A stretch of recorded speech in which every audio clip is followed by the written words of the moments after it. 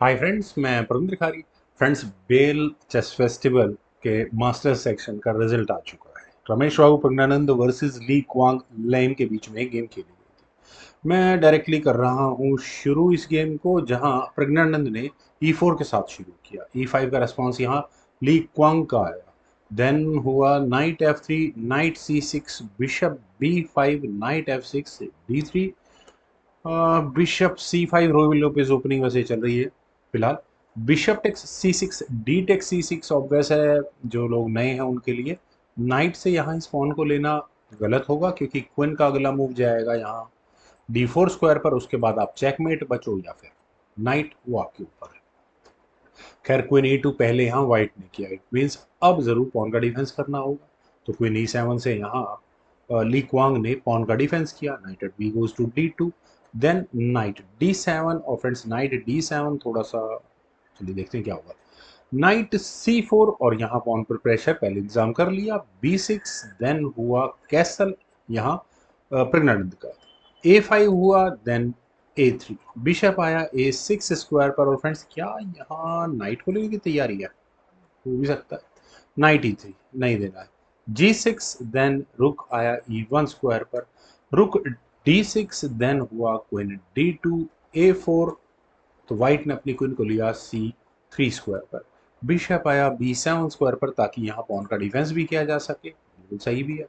खैर, D4, और इसके बाद यहाँ पॉन एक्सचेंज बाद में किया जाएगा। पहले यहाँ ली क्वांग ने यानी ब्लैक ने सीधा सीधा कैसल किया टुवर्ड्स लॉन्ग साइड।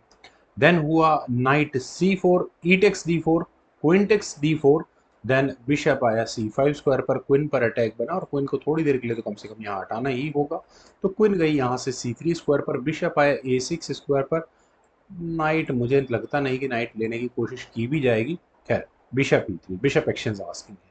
और आई मस्ट से, क्या यहाँ ब्लैक को बिशप एक्सचेंज के बारे में सोचना चाहिए था? हालांकि कोई प्रॉब्लम नहीं है, लेकिन फिर भी ब्लैक अपने सी फाइल में 3 स्पॉन तो नहीं लगवाना चाहेगा।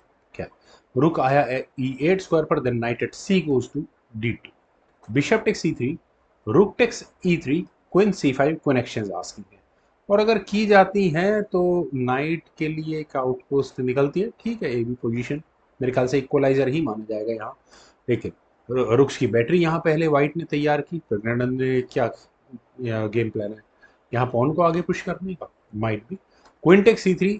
अब यहाँ ली क्वांग ने किया, क्वीन तो एलिमिनेट करनी ही है। रुक टेक्स C3, पॉन पर अटैक बना, लेकिन C5, problem is solve. H3, रुक आया E7 स्क्वायर पर। G4, नाइट आया E8 स्क्वायर पर। और अब जो इस नाइट का मेन्यूअर बिल्कुल कुछ ऐसा ही होगा। King G2, night E6, king G3। Night को कम से कम यहाँ F4 स्क्वायर नहीं देना है। F6, H4, नाइट आया D4 स्क्वायर पर। नाइट एक्सचेंज आस्किंग है, करने ही पड़ेंगे। Knight takes D4, rook takes D4। और यहाँ क्या पॉन को लेने की तैयारी है? मुझे लगता नहीं। यहाँ पहले प्रज्ञानंद ने अपने नाइट को लिया F3 स्क्वायर पर, और उन्होंने यहाँ रुख पर अटैक बनाया। लेकिन पॉन यहाँ इस गड़बड़ में पॉन उनके हाथ से निकल गया। Rook takes E4, rook takes E4 ही करना पड़ेगा, क्योंकि पीछे रुक अनडिफेंडेड हो जाएगा अगर नाइट से रुक लेने की कोशिश की गई तो।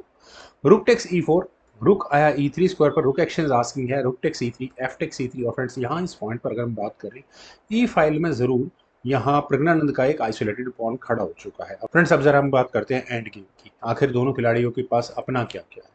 मेरी नज़र में 1 2 3 4 5 6 पॉन्स यहाँ प्रज्ञानंद के पास है, और वियतनामी ग्रैंड मास्टर के पास है 7 पॉन, जिसमें सी फाइल में पॉन्स डबल है। एडवांटेज मतलब मटेरियल वाइज वाइट थोड़ा लैक कर रहा है, लेकिन पोजिशनल वाइज मेरा ऐसा मानना है, क्योंकि लाइट स्क्वाड बिशप, ब्लैक क्या करेगा? डार्क स्क्वाड बिशप पे तो कुछ आना नहीं है। अपने पॉन्स को dark squad bishop dark squares पे कर दो, बात खत्म।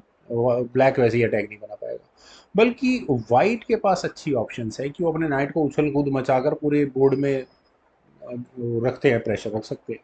खैर, बिशप B7, नाइट पर अटैक बना। नाइट गया D2 स्क्वायर पर, और यहाँ पॉन पुश हो ही सकता है वैसे भी। G5, H takes G5, F takes G5। Then king आया H3 स्क्वायर पर। King D7, king G3, king E6, king H3, king E5। ऐसा लगता है कि शायद प्रज्ञानंद भी थोड़े आइडिया से स्ट्रगल तो कर ही रहे हैं।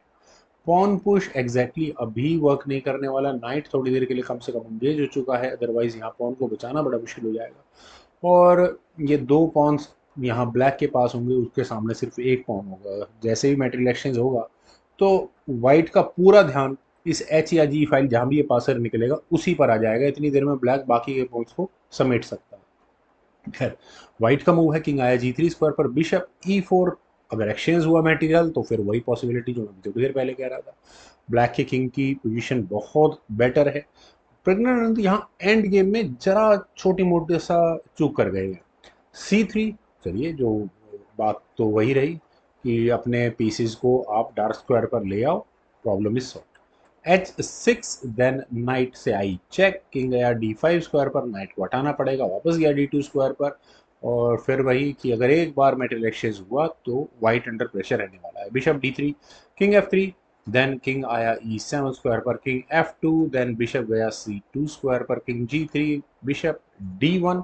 और यहाँ पॉन, अच्छा पॉन के साथ भी एंगेज कर दिया है मैटर, कोई दिक्कत नहीं है। किंग आया H3 स्क्वायर पर, देन फाइनली H5। और मेरे ख्याल से ली क्वांग यहाँ कम से कम वो करवाने में कामयाब हो गए हैं जो वो करवाना चाहते हैं। जी टेक्स H5 करना पड़ा, बिशप टेक्स H5, और अब वाइट की थोड़ी बहुत एनर्जी इस जी फाइल पे रखे हुए पासर को रोकने में लगने वाली है at least. King G3, king F5, king H3, bishop गया E2 स्क्वायर पर। प्रज्ञानंद का नाइट अभी तक भी बेचारा फंसा हुआ मान के चलो, इस पॉन को बचा के रखना उन्हें किसी भी तरह से, और किंग को फर्दर फोर्थ रैंक में आने से रोकना है कि कुछ भी हो जाए चाहे।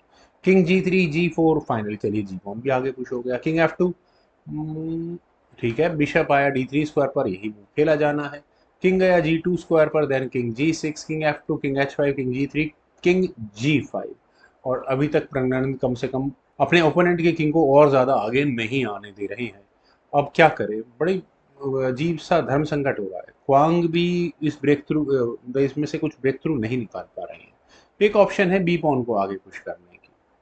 अगर प्रज्ञानंद यहाँ बी पॉन को आगे पुश करते हैं तो क्या कुछ बेनिफिट मिलता है? 8x B3 खेला जाएगा, नाइट एक्स B3 हो जाएगा। फर्दर आप यहाँ इस नाइट को कैसे निकालेंगे?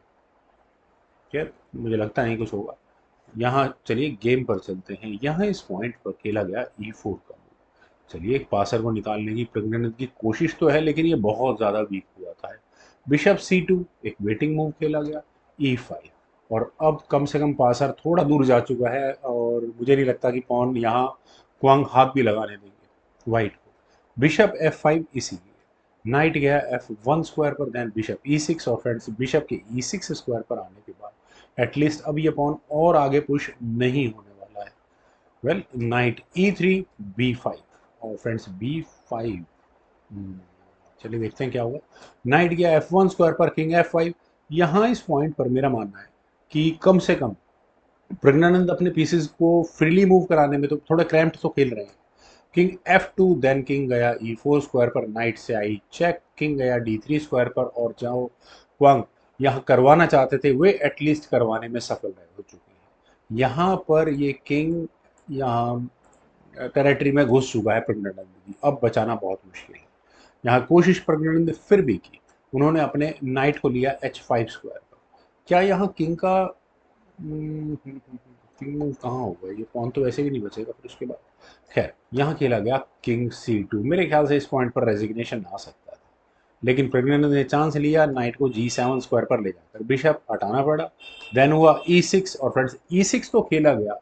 फाइनली प्रज्ञानंद ने बिशप को तो ट्रैप कर लिया है, लेकिन प्रॉब्लम है इन 3 पॉन्स के साथ। ये तीनों पॉन बचाने अब मेरे ख्याल से व्हाइट के लिए इम्पॉसिबल हो जाएंगे। कैसे?